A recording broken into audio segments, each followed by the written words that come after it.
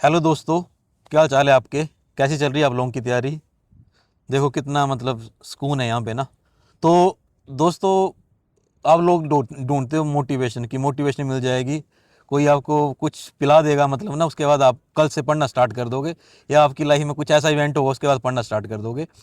तो वो motivation actually आपको मोटिवेशन से नहीं होता कुछ ना, डिसिप्लिन नाम की चीज़ होती है, एक कंसिस्टेंसी नाम की चीज़ होती है ना। तो आज मैं आपको वही प्रैक्टिकली कैसे एग्ज़ाम की तैयारी करते हैं और कैसे एग्ज़ाम क्लियर करते हैं, उनके दिमाग में जो टॉपर्स होते हैं उनके दिमाग में क्या चल रहा होता है, यही आपको बताऊंगा। आज हमारे साथ है शुभम जी। शुभम जी, स्वागत है आपका मेरे यूट्यूब चैनल में। Thank you sir. तो शुभम जी ये चमुंडा से हैं, हिमाचल प्रदेश, डिस्ट्रिक्ट कांगड़ा। धर्मशाला के पास एक मंदिर है चमुंडा देवी का, वहाँ बड़ोई गांव में, वहाँ से हैं ये। और इन्होंने 2023-25 के बैच में बीएड किया है, हमारे बैचमेट हैं जो गवर्नमेंट कॉलेज है धर्मशाला वाला। और इनका क्या है, इनका जो टेट था, एचपी टेट है, वो थर्ड फोर्थ सेमेस्टर में 2 बार क्लियर है। सी टेट भी क्लियर है इनका। और जो 2023-24 में जो सेट हुआ था ना, वो भी इनका क्लियर है। तो इनसे पूछेंगे इन्होंने कैसे किस चीज़ की तैयारी की। और जो आपके डाउट है ना कि जुगाड़ लगता है कि नहीं लगता है, नॉर्मलाइजेशन होनी चाहिए कि नहीं होनी चाहिए, तो सारे डाउट इनसे जितने पॉसिबल होगा ना आपके डाउट क्लियर करने की कोशिश करेंगे। और ये एक मतलब मोटिवेशन मिलेगी आप लोगों को बहुत ज़्यादा ना, क्योंकि यंग एज में फर्स्ट चांस में एग्ज़ाम क्लियर करना, जो लोग काफ़ी 4-4 साल से, या चौथा पाँचवा पाँचवा कमीशन भी है किसी का, ये 20-20 साल से भी, 15-16 साल से तो बहुत लोग लगे होंगे ना। तो शुभम जी स्टार्ट करें फिर आज का। Yes sir. तो शुभम जी ये बताइए कि पहले कैसा फील हो रहा है आपको एग्ज़ाम क्लियर करके। सर काफ़ी बढ़िया फील हो रहा है। मतलब लग रहा है कि कुछ किया है लाइफ में। हाँ जी सर। तो और ये जो है टीजीटी का आपका मतलब एकदम से ही प्लान बन गया कि करना है, कि पहले से ही था, मतलब जैसे एक मिशन का कब सोचा आपने।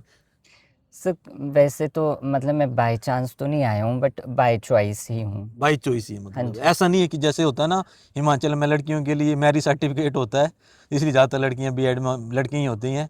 और लड़कों के लिए भी बोलते हैं कुछ नहीं हो रहा तो बीएड कर लो ना, वो वाली बात नहीं है आप में। नहीं सर। हाँ, इसलिए एग्ज़ाम क्लियर हुआ है। तो स्टार्ट करते हैं एजुकेशन से। तो शुभम जी बताइए आपकी क्वाली मतलब एजुकेशन कहाँ से हुई, मतलब आपका स्कूलिंग कहाँ से हुई है।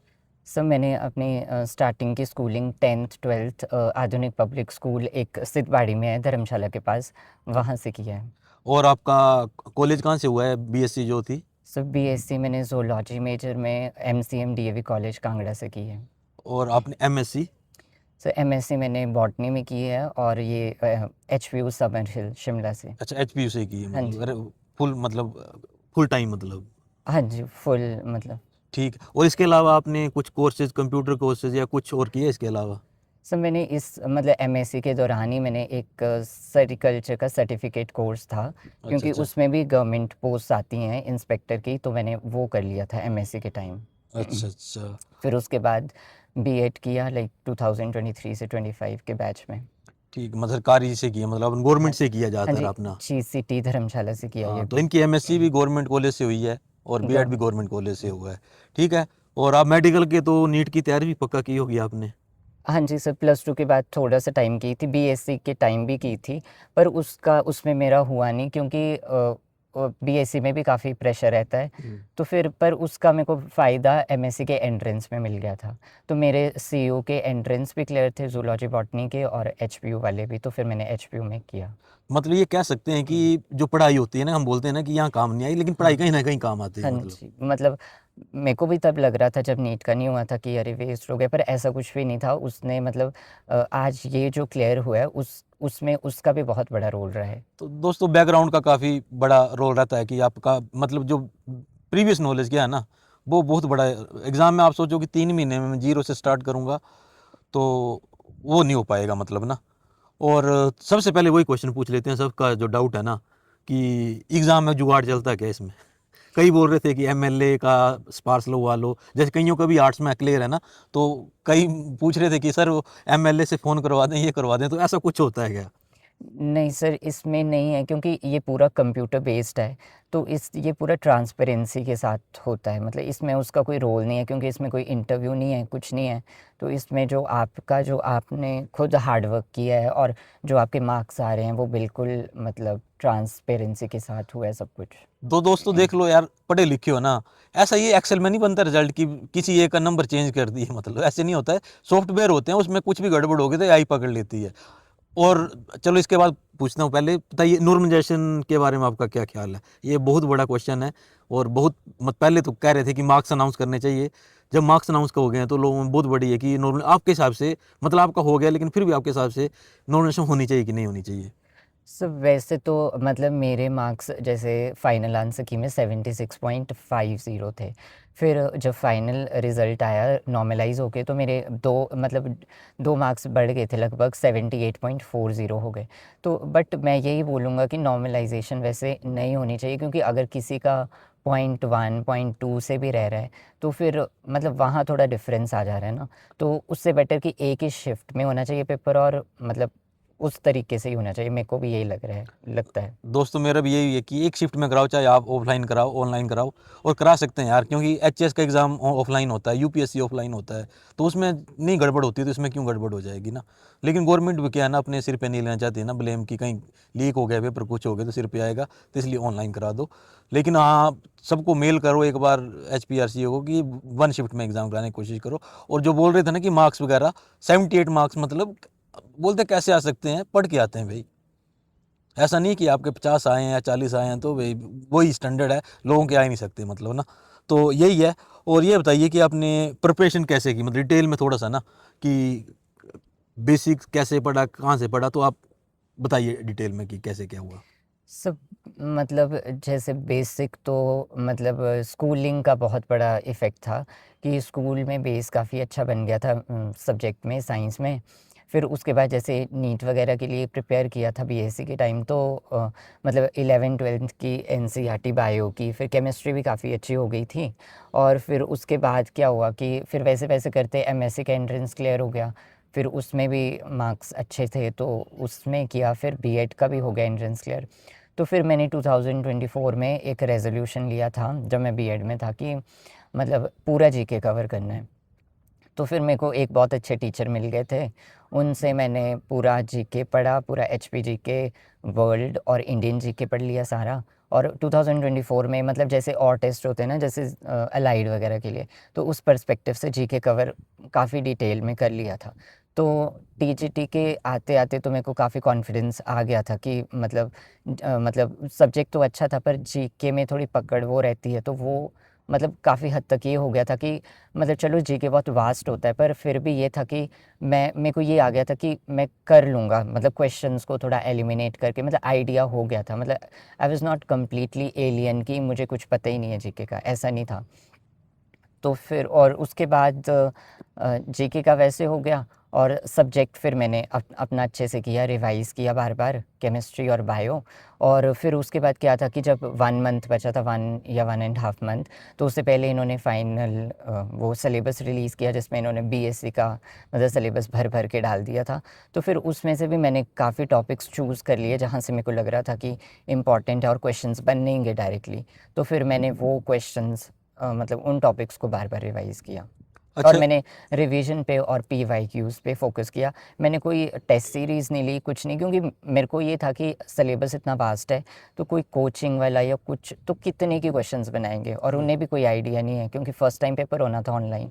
तो फिर मैंने वो मतलब पीवाईक्यूज़ की हेल्प से और अपना फ़ोकस स्ट्रैटेजी अच्छे से मतलब उसे एग्ज़ीक्यूट करने पे मैंने फ़ोकस दिया, और हर मंथ स्ट्रैटेजी अलग-अलग तरीके से मॉडिफ़ाई करके किया। तो मतलब आपके मन में नहीं आया जैसे एग्ज़ाम निकला था तो मैं कहीं से कोचिंग, जैसे कोचिंग की बहुत ज़्यादा ऐड आती हैं, अकेडमी है काफ़ी, कि मैं भी किसी अकेडमी में ज्वाइन हो जाऊँ, मैं कहीं कुछ, आपको मन में नहीं आया कि मैं कोचिंग लूँ या कुछ लूँ? नहीं सर, क्योंकि मेरा जीके ऑलरेडी मैंने बताया 24 में मैंने कर लिया था, 2024 में। तो वहाँ एक टीचर से किया था मैंने, ऐसे नहीं है कि मैंने सेल्फ स्टडी की, मतलब पहले तो टीचर ने ही पढ़ाया तभी मैंने किया। तो फिर ऐसा नहीं है कि मैंने टीजीटी के लिए अलग से कोई एक बैच लिया हो, वैसे नहीं किया था। अच्छा, अच्छा। तो दोस्तों ये देख लो, जो बैकग्राउंड होती है ना, कई बार आप टॉपर का इंटरव्यू सुनते हैं 40 दिन में नेट क्लियर, 50 दिन में सेट क्लियर, या फिर 3 महीने में आईएएस क्लियर। वो 3 महीने उन्होंने मतलब स्टडी की होती है, लेकिन उससे पहले उनका जो 8-10 साल का एक्सपीरियंस होता है, कम से कम 4 साल उन्होंने, उनके बेसिक सब कुछ क्लियर होते हैं। तो होती है वो तैयारी। ऐसा नहीं आप जीरो से, मतलब पता आपको पता नहीं है अपने सिलेबस का और जीरो से स्टार्ट करोगे और 3 महीने में एग्जाम क्लियर हो जाओगे, प्रैक्टिकली पॉसिबल नहीं है। जिसका क्लियर हुआ उसका बेस अच्छा है। जैसे इन्होंने बायोलॉजी का बताया, इन्होंने क्लियर बताया कि इनका स्कूल टाइम से इनका बेस अच्छा था, ठीक है। तो इन चीज़ों से देख के ना, मतलब मिसगाइड नहीं होना कि कोई बोले मैंने 10 दिन में कर दिया, 50 दिन में कर दिया, नहीं होता है। जो आपका प्रीवियस नॉलेज है आपकी लाइफ में बहुत मैटर करता है, ठीक है। तो पीवाईक्यू का रोल रहा, मतलब आपको लगता है इसमें? हाँ जी सर। पीवाईक्यू मतलब सेटअप, पर मतलब पीवाईक्यू ठीक रहा, पर इस बार जब पेपर आया था तो वो क्वेश्चन सारे मिक्स करके आए थे और बायो और केमिस्ट्री में स्टेटमेंट वाले क्वेश्चन ज़्यादा हो गए थे। लेकिन आप रेकमेंड करोगे, आप कोई भी एग्जाम की तैयारी कर रहे हो तो तो पीवाईक्यू पीवाईक्यूज देख के जाओ। जरूर करो सर। हाँ जी। पीवाईक्यू का मतलब ऐसा नहीं कि पीवाईक्यू रिपीट होते हैं, लेकिन उससे आपको आइडिया लग जाता है कौन से टॉपिक बार बार पूछे जा रहे हैं, क्वेश्चन किस तरह से बन रहे हैं, या आप क्या गलती कर रहे हो, मतलब ना। तो ये हो गया आपका ना, तो नॉर्मलाइजेशन हो गया। अब ये बताइए कि जैसे तैयारी करते हैं ना, पढ़ते तो सारे 10-12 घंटे कई बार पढ़ते हैं लोग, लेकिन उसमें डिस्ट्रैक्शन बहुत ज़्यादा आते हैं। स्पेशली आजकल का मतलब टॉक्सिसिटी बहुत ज़्यादा हमारे इन्वायरमेंट में ना, पीपल टॉक्सिक हो गए हैं, मीडिया, सोशल मीडिया टॉक्सिक हो गया है। ऊपर से आपको मोटिवेट वर्क करने वाले कम मिलेंगे और मतलब जो डिमोटिवेट करने वाले ज़्यादा मिलेंगे। तो आपके इसमें क्या क्या डिस्ट्रैक्शन आई और आपने मतलब उनको कैसे दूर किया? और टॉक्सिसिटी थी आपकी लाइफ में कि नहीं थी? मतलब अब गर्लफ्रेंड का तो पर्सनल सवाल हो गया, वो नहीं पूछूंगा मैं, लेकिन आजकल युवा में ये भी एक बहुत बड़ा डिस्ट्रैक्शन रहता है ना, कि तैयारी कर रहे हैं, वहाँ से बोलते हैं कि बाबू का फ़ोन नहीं आया, ठीक है। तो ये चीज़ें होती हैं। तो आप बताओ आपको में क्या क्या डिस्ट्रैक्शन आई और क्या क्या क्या आपने, मतलब इस टॉपिक के बारे में थोड़ा सा डिटेल में बताओ। तो वैसे नेगेटिविटी से पहले मैं पॉजिटिव एस्पेक्ट्स को बताऊंगा, अदरवाइज़ ये हाँ। नेगेटिव साउंड करेगा। पॉजिटिविटी में ये था कि मैंने अपने आप को थोड़ा पॉजिटिविटी से सराउंड करके रखा था। जैसे मतलब यूट्यूब पे भी कुछ देखना तो ऐसे कोई मोटिवेशन वाले वीडियोस, मतलब नेगेटिविटी से कट ऑफ कर लिया था, चाहे फिर वो नेगेटिव लोग हों चाहे कोई भी हो। और इवन मतलब मैं तो मतलब इमेंसली उन लोगों को थैंक्स बोलता हूँ कि काफ़ी पॉजिटिव लोग भी हैं मेरी लाइफ में। जैसे मतलब फ्रेंड्स हैं, मतलब उन्होंने भी मतलब काफ़ी हैं जिन्होंने, जिनको मेरे से ज़्यादा फेथ था कि नहीं तुम्हारा हो जाएगा। तो मेरे को ये लग रहा था कि वो कैसे बोल सकते हैं, क्योंकि इतना वास्ट सिलेबस है, इतना टफ पेपर होता है कमीशन का, लोग बोलते हैं कि इतना टाइम देख के भी नहीं हो रहा है। तो मुझे वो थोड़ा सा वो लगता था, पर जब उनका एक एक वर्ड जब वो इतने फेथ के साथ बोलते थे तो मुझे काफ़ी मतलब अच्छा, मतलब कॉन्फिडेंस आता था। और तो सबसे बड़ी डिस्ट्रैक्शन क्या रही है आपकी लाइफ में, मतलब प्रिपरेशन में, लाइफ में नहीं, प्रिपरेशन में? वैसे मैंने आपको सोशल मीडिया होता है या फिर पीपल्स होते हैं, मतलब क्या कुछ थी मेजर डिस्ट्रैक्शन थी आपकी प्रिपरेशन में? मेजर, क्योंकि मतलब जब हम फोकस्ड होते हैं ना, तो अब मतलब डिस्ट्रैक्शन को हम अपने ऊपर हावी नहीं होने देते हैं। जब हमारा अपने ऊपर कंट्रोल होता है तो मतलब एज सच कुछ नहीं था, मतलब सोशल मीडिया भी नहीं था, क्योंकि मेरे को वैसे सोशल मीडिया से इतनी कोई डिस्ट्रैक्शन होती नहीं है। तो हम्म। दोस्तों देख लो ना, मतलब तैयारी करनी है तो डिस्ट्रैक्शन नहीं है तो अच्छी चीज़ है। नहीं तो पहले उन डिस्ट्रैक्शन को दूर करो, क्योंकि वो आपकी सारी एनर्जी चूस लेती है, मतलब ना। वो डिस्ट्रैक्शन कुछ भी हो सकती है, गर्लफ्रेंड भी हो सकते हैं, बॉयफ्रेंड भी हो सकता है, फैमिली की फाइनेंशियल बैकग्राउंड भी हो सकती है थोड़ी सी। कई बार क्या होता है कि हम आदमी पैसे के बारे में सोचता है, लेकिन शॉर्टकट कुछ नहीं है, हार्ड वर्क की इसमें ये करेगा, ठीक है। तो थोड़ा सा इनको ना टाइम मैनेजमेंट, पहले ये बताओ आप कि जब आप एग्ज़ाम दे के आए, आंसर की नहीं आई थी, तो आपको क्या लग रहा था, पेपर कैसा था और क्या कितने परसेंट, सच सच बताना, कितने परसेंट चांस रह रहे कि हो जाएगा मेरा? सब पहले तो जब टीजीटी कमीशन का था तो मेरे को तो ये था ही नहीं कि ये हो, मतलब आएगा पेपर और मतलब फर्स्ट इसमें होगा, क्योंकि मैं वेट कर रहा था बीएड के बाद। एक मैंने जो सेरिकल्चर कोर्स किया था उसके मतलब एक पोस्ट आनी थी उनकी, तो उस पेपर का वेट कर रहा था, गवर्नमेंट जॉब का ही था वो भी। पर फिर अचानक से क्या हुआ कि टीजीटी कमीशन आ गया, मतलब रिज़ल्ट, मतलब जल्दी हो गए हमारे पेपर और रिज़ल्ट भी जल्दी हो गया और हम एलिजिबल हो गए भगवान की दया से। तो उसकी वजह से फिर जब कमीशन दिया तो वो हो गया। और आपने क्या पूछा था अभी क्वेश्चन? क्वेश्चन मतलब कि ये टाइम मैनेजमेंट का। अच्छा, टाइम। टाइम मतलब आप जब एग्ज़ाम दे के निकले थे तो उस टाइम आपका क्या था, और टाइम मैनेज आपने एग्ज़ाम की प्रिपरेशन के दौरान कैसे अपना अपना टाइम मैनेज किया? वैसे पढ़ने का क्या रूटीन रहा आपका, और पेपर के दौरान आपने कैसे टाइम मैनेज किया? सब जैसे मतलब पहले तो पेपर जब मैं गया था देने, तो एक मेरे क्लासमेट मिले थे, तो उनसे मैंने पूछ लिया था कि कैसे आ रहा है। तो उन्होंने जब बताया कि क्वेश्चंस मिक्स करके आ रहे हैं, तो मैंने अपना मतलब माइंडसेट वैसे चेंज कर लिया कि चलो अब मिक्स आएंगे तो वैसे कर लेंगे। नहीं तो माइंडसेट ऐसे होता है ना कि पहले एक सेक्शन आएगा वो कर लेंगे, फिर दूसरा आएगा वो कर लेंगे। वैसा नहीं था, मतलब मैंने पूरा माइंड बना लिया कि ठीक है अब वैसे मिक्स करके मेंटली क्वेश्चन प्रिपेयर थे आप मैं किसी तरह के क्वेश्चन प्रिपेयर के हो गया। और मतलब मेरे को नर्वसनेस नहीं हुई, पता नहीं कैसे, मतलब मैंने सरेंडर कर दिया था। तो मतलब वो होता है ना, नहीं तो अदरवाइज़ ये था कि इतना बड़ा एग्ज़ाम है, कमीशन का है, फर्स्ट टाइम है, सीबीटी है, क्या होगा, वो नहीं हो रहा था। मतलब मैं नॉर्मल था। और मैंने फिर जब क्वेश्चन स्टार्ट हुए आना, तो मैं करता गया। फिर उसके बाद क्या हुआ कि रीजनिंग के क्वेश्चन आ रहे थे या केमिस्ट्री के न्यूमेरिकल, तो जब मैं उनको कर रहा था तो थोड़ा सा वो हो रहा था कि वो टाइम ले रहे थे। तो फिर मैंने सोचा कि ऐसे तो टाइम काफ़ी लग जाएगा उनमें, तो फिर मैंने वो क्वेश्चन स्किप किए स्टार्टिंग में, उनको मैंने लास्ट में रखा और फिर वो मैंने लास्ट में किए। और फिर जब लास्ट तक हो गया तो मैंने लाइक 7 8 10 तक क्वेश्चन होंगे जो मैंने ऐसे छोड़े थे लास्ट को देखने के लिए, और सारे कर लिए थे। तो मतलब लास्ट तक जब सारा पेपर सारे 200 क्वेश्चन कर लिए, तो काफ़ी लग रहा था कि मतलब अच्छा हुआ है पेपर। और जब मैं निकला भी हॉल से भी, तो मैंने देखा बहुत ज़्यादा बच्चे हैं। मतलब अच्छा तो सेटिस्फेक्शन हो रही थी कि अच्छा हुआ है, पर मुझे लग रहा था कि अब मुझे लग रहा है कि अच्छा हुआ है, पर ऐसा हो सकता है कि पेपर इजी हो तो सबका ही अच्छा हुआ हो। तो मेरे को ये थोड़ा ये था कि इतना भी खुश नहीं होना है कि अच्छा हुआ है, क्योंकि जब अच्छा खुद का हुआ है तो क्या पता और बच्चों का भी इतना अच्छा होगा। और ये प्रिपरेशन के दौरान क्या रूटीन रहता था? अब जैसे बीएड हो गया आपका, बीएड में तो चलो बिजी रहते हैं सारे, बीएड खत्म हो गया, कमीशन भर दिया, दो तीन चार महीने जो भी मिले आपको ना, उसमें आप कैसे रूटीन, कितने बजे रात को पढ़ते थे, दिन में पढ़ते थे, या सब्जेक्ट सारे कंबाइन मतलब रैंडम पढ़ते थे, या कुछ प्लान बनाया था आपने? सर जब पेपर भर दिया था तो उसके बाद मतलब हर मंथ मैंने स्ट्रैटेजी बदली है। मतलब कि स्टार्टिंग में जब सिलेबस एक बार कंप्लीट करना था ना, तो अलग स्ट्रैटेजी थी।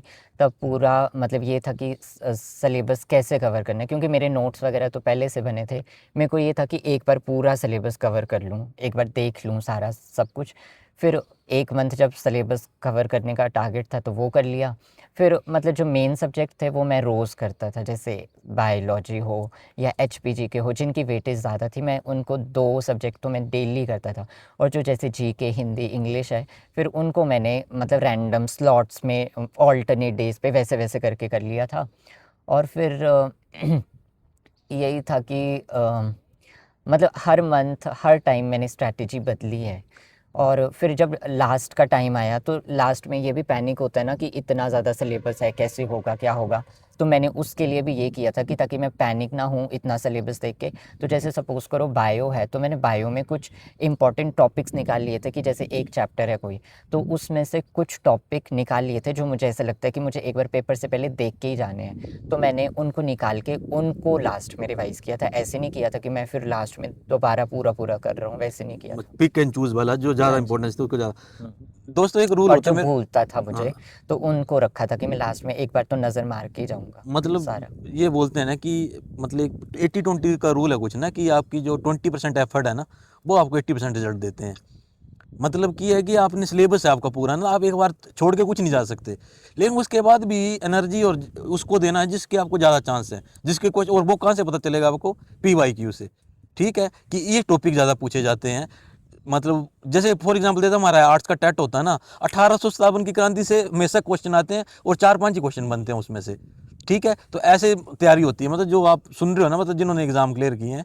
तो और क्या, मैं आपसे यही हो गया, मतलब ये बताइए कि आप, टाइम मैनेजमेंट हो गया, ये फ्यूचर मतलब आप सेटिस्फाई हो मतलब इस जॉब से, मतलब लग गई है तो खुश तो होंगे मतलब? हाँ जी सर। सर मतलब सैटिस्फैक्शन तो काफ़ी है, क्योंकि अब मेरे में ऐसा नहीं है कि मैं अब किसी और चीज़ के लिए मैं इसको लेके ये नाखुश हो जाऊँ कि नहीं अभी मुझे और भी बड़ा कुछ करना है। तो मतलब अभी जो भगवान ने दिया, मैं उसके लिए बहुत बहुत ग्रेटफुल हूँ, और मतलब बहुत सैटिस्फाइड हूँ और खुश भी हूँ। आप, अच्छा इसे एक क्वेश्चन मेरे को ऐसे याद आया, मोटिवेशन ज़्यादा इंपॉर्टेंट है या डिसिप्लिन और कंसिस्टेंसी ज़्यादा इंपॉर्टेंट है? मेरे को लगता है दोनों, क्योंकि कई बार क्या होता है कि चलो इंटरनल मोटिवेशन की तो हम बात करते हैं कि आपको इंटरनल मोटिवेशन चाहिए ये वो, पर कई बार क्या होता है कि अब हम मतलब बाहर भी इतनी चीज़ें देखते हैं, तो कई बार हमें बाहर से देख के भी इंस्पिरेशन मिलती है, तो वहाँ से भी मोटिवेशन ले लो तो उसमें कोई बुरी बात नहीं है। क्योंकि कई बार जैसे हम यूट्यूब खोलते हैं, कुछ अगर हमें इंस्पायरिंग मिल जा रहा है, मोटिवेशनल वीडियो मिल जा रही है, तो कई बार अगर हम लो फील कर रहे हैं, अगर वो देख ले रहे हैं, तो उसमें भी कोई वो नहीं है, वो भी ठीक है मतलब।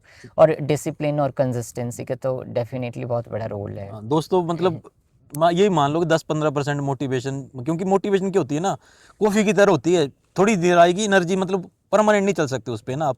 तो डिसिप्लिन और कंसिस्टेंसी क्या है, डिसिप्लिन बनाओगे तो मोटिवेट खुद ही रहोगे, मत 4 दिन पढ़ोगे तो मोटिवेशन खुद ही आएगी, और वीडियो देखते रहोगे तो नहीं आएगी, मतलब ना जितना एफर्ट लगाओगे उतना ज़्यादा मतलब मोटिवेट रहोगे, कॉन्फिडेंस भी आता है ना उस चीज़ में।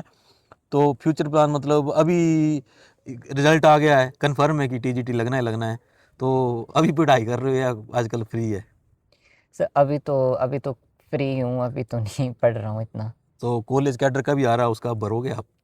हाँ जी सर, अब सेट क्लियर है तो फिर मैं एलिजिबल हूँ उसके लिए भी। हाँ, तो कॉलेज हो सकता है कि इनका दोबारा इंटरव्यू करना पड़े अगले मतलब 6-8 महीने में।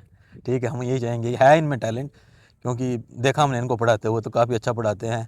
इनका ड्राइंग स्किल बहुत अच्छी है, टीचिंग स्किल बहुत अच्छी हैं, जो होती है टीपी टीचिंग प्रैक्टिस होती है उसमें साथ में थे, माइक्रो टीचिंग उसमें साथ में ही थे। ठीक है, तो दोस्तों ये है, और कुछ आप जो भी सपोज करो भी, ऐसे तो कहते हैं कि 4 साल बाद मिशन आएगा, लेकिन 4 साल का पता नहीं लगता कब आ गया। या फिर सेंटर के भी एग्ज़ाम आते हैं, तो आप जो फ्यूचर एस्पिरेंट होंगे या जो फेल हो गए होंगे अभी, डीमोटिवेटेड होंगे, कि कईयों के मैसेज आते हैं कि सर पढ़ाई छोड़ने का मन करता है, पढ़ने का मन नहीं करता है, तो उनके लिए एक अच्छा सा मैसेज या जो भी आप बताना चाहते हो कि कैसे तैयारी करें, क्या करें, डीमोटिवेशन से कैसे बाहर निकलें, तो उनके लिए एक अच्छा सा मैसेज आप दे दो मतलब। मतलब डीमोटिवेट नहीं होना है, मतलब अगर आप यहाँ तक पहुँचे हो, अगर आपने मतलब तैयारी स्टार्ट की है ना, तो मतलब आप कैपेबल हो करने के। तो बस ये है कि आप डेली रेगुलरली करते रहना, थोड़ा थोड़ा कंसिस्टेंटली थोड़ी थोड़ी चीज़ें करते रहोगे, तो आप में ऑटोमेटिकली कॉन्फिडेंस अंदर से बिल्ड होगा, और फिर आप मतलब कर लोगे चीज़ें आराम से। मतलब और जिस प्रैक्टिस करते रहना है रेगुलरली। मतलब जिन्हें सपोज करो बीएससी भी कर ली है, हाँ बीएड जी। भी कर लिया है, हाँ जी। लेकिन वो ऐसे राम भरोसे कर लिया है, कोरोना में हो गया उनका, मतलब जैसे हम्म। कोरोना के 3 साल है और डिग्री मिल गई है, लेकिन उसके बेस क्लियर नहीं है, तो उनको कहाँ से स्टार्ट करना चाहिए, मतलब उनको 6 क्लास से एनसीईआरटी पकड़नी चाहिए या 10th 11th की, कैसे उनको मतलब अपना बेस कैसे स्ट्रॉन्ग करना चाहिए, स्पेशली अपने सब्जेक्ट का? अपने सब्जेक्ट में जैसे बायो में तो आप 9th से स्टार्ट कर सकते हो, या 9th से नहीं भी, पर 11th 12th तो आपकी बहुत अच्छी होनी चाहिए, और 11th 12th से। और आपने बीच में जिक्र किया था आपको एक अच्छे टीचर मिल गए जीके के लिए, हाँ तो जी। उनका आप नाम रिवील कर सकते हो यहाँ पे? मतलब यहाँ मतलब वो टीचर थे, मतलब एक नितिका ठाकुर करके मैम हैं, उनकी अपनी कोचिंग है, तो वो उनसे किया था मैंने नहीं भी। ठीक है, जिनके जिनसे बेनिफिट मिला ना उनको क्रेडिट देना चाहिए, हाँ मतलब जी सर। चाहे कोचिंग है चाहे हाँ जी। कुछ है, कोचिंग हमारे एक्चुअली समाज में क्या है ना, पैसा कमाना एक बुरा काम माना जाता है, कि कोई पढ़ा रहा तो ठीक है, वो पैसे कमा रहा तो बुरी चीज़ है। भाई जिस बंदे टैलेंट इतना हार्ड वर्क कर रहा है और बेनिफिट मिला, नीतिका ठाकुर कहाँ है इनकी कोचिंग? इनकी कोचिंग वैसे तो पहले सोलन में थी, हाँ, तो फिर ऑनलाइन ही पढ़ाते हैं ये। अच्छा ऑनलाइन ही पढ़ाते हैं, तो आप ठीक है इनसे पूछ के मैं, देखो ये स्पॉन्सर वीडियो नहीं है वे उनके, मैं तो जानता भी नहीं हूँ, मैंने नाम ही पहली बार सुना ना, लेकिन बेनिफिट मिल रहा है आपको ना, तो लेना चाहिए वहाँ से। ठीक है, तो यही हो गया। बड़ा बड़ा धन्यवाद। लास्ट में एक ही क्वेश्चन पूछूंगा, इसका सच सच जवाब देना, आपने मेरी कोई वीडियो देखी है अभी तक कि नहीं देखी है? मैंने 16 जनवरी से डालना स्टार्ट किया वैसे वीडियो, और सच सच बताना, मतलब ऐसे नहीं कि मेरे को खुश करने के लिए बोल दो आप, जो भी है कि देखी कि नहीं देखी है, नहीं देखी तो आगे देखना, लेकिन देखी कि नहीं देखी पहले ये सर बताओ। एक देखी थी वो, मतलब इसी से रिलेटेड, जैसे रिजल्ट वगैरह से रिलेटेड, तो वो तो देखी थी एक। तो मैं भी अभी कंफ्यूज होता हूँ कि वीडियो कैसे बनाऊँ ना, तो हिट एंड ट्रायल चल रहा है, एक बार टीचर लग जाएंगे तो उसके बाद अच्छी वीडियो बनाएंगे, और ये अनएडिटेड वगैरह बनाता हूँ, मेरे को एडिटिंग वगैरह करने नहीं आती ज़्यादा। तो शुभम जी का बहुत बहुत धन्यवाद, यहाँ पे आए, और कुछ आप बताना चाहते हो बच्चों को, कुछ बोलना चाहते हो जो आपके मन में हो तो बता सकते हो यहाँ पे। बस यही है कि मतलब आपको रेगुलर रेगुलर कंसिस्टेंटली मेहनत करते रहना है, और मतलब हार नहीं माननी है, और मतलब रेगुलरली करते रहोगे तो आप कर लोगे। तो मतलब अगर आपका सब्जेक्ट स्ट्रांग होगा, तो आपको कोई डिस्ट्रैक्ट भी कर रहा है, गिराने की कोशिश भी कर रहा है, वो मतलब अगर आपके पास नॉलेज है और आपके पास आपके कंसेप्ट स्ट्रांग है, तो वो आपका होगा ही होगा। और अगर किसी को कितना भी चढ़ाने की कोशिश कर लें, अगर उसका बेस ही अच्छा नहीं है, कंसेप्ट ही नहीं है, पढ़ाई नहीं की है, तो फिर वो कैसे होगा? फिर नहीं हो पॉसिबल है ना। तो दोस्तों देख लो आपने, मतलब प्रैक्टिकली जो है, मैं ट्राई करूंगा कि और भी इंटरव्यू डालूं, मतलब जिन्होंने एग्ज़ाम क्लियर किया ना, क्योंकि मैं बार बार बोलता हूँ कि आपको मिल जाते हैं, मतलब यूपीएससी, एचएस सारे मिल जाते हैं, इवन अलाइड के टॉपर भी मिल जाएंगे, मतलब ना। लेकिन टीचिंग में नहीं मिलते, मेरे को तो नहीं मिले, मतलब बहुत कम मिलते हैं, मतलब ना। या फिर एडवाइस दे रहे होते हैं हमारे जैसे लोग जो खुद फेल हो गए होते हैं एग्ज़ाम में ना, कि ऐसे होना चाहिए, ऐसे करना चाहिए, तो वैसे करना चाहिए। मतलब ऐसा नहीं कि कई बार टीचर अच्छे होते हैं, वो गाइड अच्छा करते हैं, खुद नहीं, मतलब उनको एग्ज़ाम में होता है ना ये। लेकिन फिर भी इसमें आपको प्रैक्टिकल नॉलेज मिला है कि क्या करना चाहिए, क्या नहीं करना चाहिए, डूज एंड डोंट क्या है, मतलब ना। तो इससे मोटिवेशन लो और थोड़ा सा ना पॉजिटिव रहो, मतलब ना। एक होती है ना मधुमक्खी, और एक होती है दूसरी मक्खी जो मतलब गोबर वगैरह पे बैठती है। तो मधुमक्खी कहाँ पे बैठती है, जिसको कितना भी कुछ हो जाए वो गोबर में नहीं बैठेगी, वो मतलब फूल पे बैठेगी। और जो दूसरी मक्खी होती है ना, वो गोबर पे बैठेगी, उसको कितने कोई भी फूल ले आओ। तो थोड़े से पॉजिटिव रहो, वो मधुमक्खी हनी वाली बनो, कि दूसरों के प्रोडक्टिव हो ना। और पॉजिटिव चीज़ें देखो, यूट्यूब नेगेटिविटी से भरा, लेकिन पॉजिटिविटी बहुत ज़्यादा है ना। तो उसमें देखो, इंस्टाग्राम है तो उसमें, इंस्टाग्राम तो मैं इस पर अलग से वीडियो बनाऊंगा, बहुत बेकार है, ठीक है। तो बी पॉजिटिव, पॉजिटिव रहो और तैयारी करते रहो, छोड़ना सोल्यूशन नहीं है, ठीक है। बोलते हैं ना, जब तक तोड़ेंगे तब तक छोड़ेंगे नहीं। और ये 4 साल का क्या, अभी एग्ज़ाम और भी आएंगे, ये हमारा ऐसा आएगा, के बी का है, हो गया, मतलब फिर से आएंगे, टाइम का नहीं पता चलता है। अब वेट मत करो कि एडवर्टाइजमेंट निकलेगी और उसके बाद हम तैयारी स्टार्ट करेंगे और हो जाएगा। जो पहले से लगे हैं 2-4 साल से, उनको आप बीट नहीं कर सकते, चाहे 12 घंटे पढ़ लो फिर, ठीक है। तो छोटे छोटे स्टेप लो, तैयारी करते रहो और कोशिश करेंगे। अगर ऐसा नहीं हुआ तो अपना मोबाइल में एक व्हाट्सएप कॉल, क्या क्या होता है वो, जूम बूम ना, उस पर कॉल करके इंटरव्यू डालेंगे। चलो दोस्तों, बहुत बहुत धन्यवाद आपका। और शुभम जी, आपकी गाइडेंस के लिए बहुत बहुत धन्यवाद। लोग इससे मोटिवेट भी होंगे, और मतलब यहाँ भी मोटिवेट होंगे, इनसे काफ़ी लोग मोटिवेट हो भी रहे हैं, इनके रिश्तेदार, इनके गांव के, इनके फ्रेंड्स, कि यार बिना तैयारी के, मतलब बिना तैयारी के घर पे बैठ के, मतलब थोड़ा बहुत प्लान करके ये इस यंग एज में ये क्लियर कर सकता है। तो लोगों को काफ़ी मोटिवेशन मिलेगी इससे, ठीक है। और गाइडेंस भी मिलेगी कि लोगों के जो मिस कंसेप्शन है ना, वो भी दूर होंगे, ठीक है दोस्तों। ओके, थैंक यू, और thank you Shubham ji. Thank you sir.